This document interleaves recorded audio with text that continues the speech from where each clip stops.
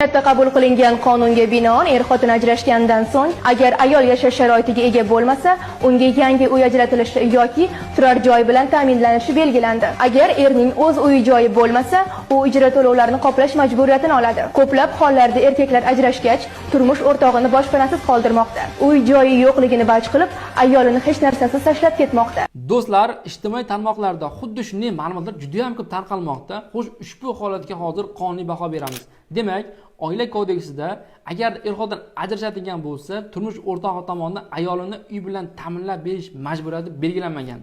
Faqatgina Senat tomonidan qabul qilingan yangi qonun loyihasiga ko'ra, endilikda er-xotin ajrashadigan bo'lsa, ayolini yashash uyining ijara to'lovini to'lab berish nazarda tutilmoqda. Shunda ham alohida uy bilan ta'minlab berish majburiyati yo'qotgani yo'q. Qonunchilikdagi eng so'nggi yangiliklar va foydali ma'lumotlarni o'tkazib bermaslik uchun kanalimizga obuna bo'ling. Demak do'stlar, o'z huquqlaringizni biling. Agarda huquqlaringiz buzilsa, bizga murojaat qiling.